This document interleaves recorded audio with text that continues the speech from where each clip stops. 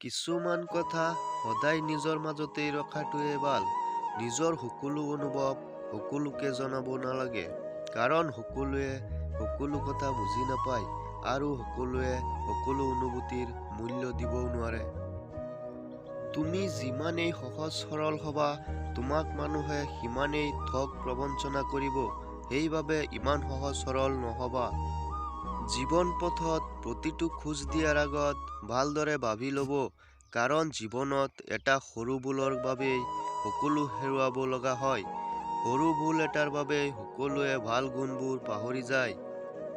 ধাৰ আৰু ভাল পোৱা তেওঁকহে দিব লাগে, যাৰ পৰা ঘূৰাই পোৱাৰ সম্পূৰ্ণ বিশ্বাস থাকে। নিজৰ জীৱনটো কাৰোবাৰ লগত তুলনা নকৰিব, কাৰণ চন্দ্ৰ আৰু সূৰ্য দুয়োটাই পোহৰ দিয়ে, কিন্তু তুলনা নহয়। যাৰ যেতিয়া সময় আহিব তেতিয়াই উজ্বলি উঠিব। বিশ্বাস কৰাত বাধা নাই, কিন্তু এজন মানুহক সিমানলৈকেহে বিশ্বাস কৰিব যিমানখিনিলৈকে তেওঁৰ যোগ্য। দৰকাৰতকৈ বেছি বিশ্বাস কৰিলে আপুনি কষ্ট পোৱাটো স্বাভাৱিক। সকলো সময়তে সকলোকে সহায় কৰি ভাল পোৱা মানুহজনেও কিন্তু নিজৰ বিপদৰ সময়ত কাৰো সহায় নাপায়। অপ্ৰিয় যদিও সঁচা।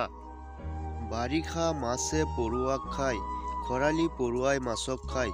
সুযোগ সকলোৰে জীৱনলৈ আহে, অপেক্ষা মাথো সময়ৰ।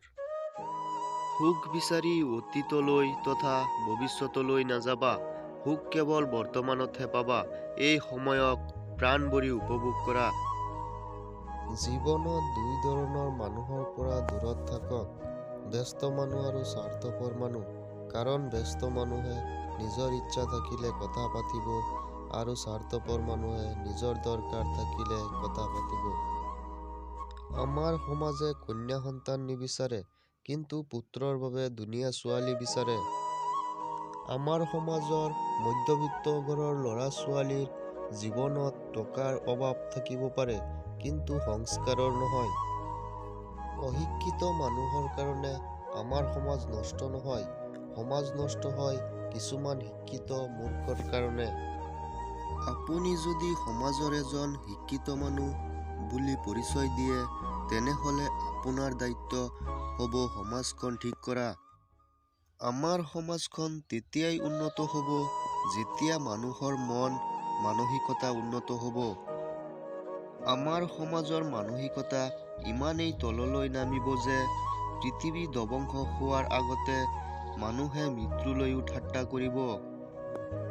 আমাৰ সমাজত এনে কিছুমান মানুহ আছে যিসকলে গোটেই জীৱনটো আপোনাৰ বদনাম কৰিব, কেৱল মৃত্যুৰ দিনা ক'ব মানুহটো বহুত ভাল আছিল। সমাজৰ মানুহৰ আগত কেতিয়াও নিজৰ দুৰ্বলতাৰ কথা প্ৰকাশ নকৰিবা, নহলে মানুহে আপোনাৰ সুযোগ ল'ব। আমাৰ নতুন প্ৰজন্মৰ দায়িত্ব হ'ব আমাৰ সমাজখন সলনি কৰা আৰু ন্যায় প্ৰতিষ্ঠা কৰা। এটা নতুন প্ৰজন্মই পাৰে এখন সমাজক সলনি কৰিব। সেইবাবে নতুন প্ৰজন্মক আগবাঢ়ি আহিব লাগিব।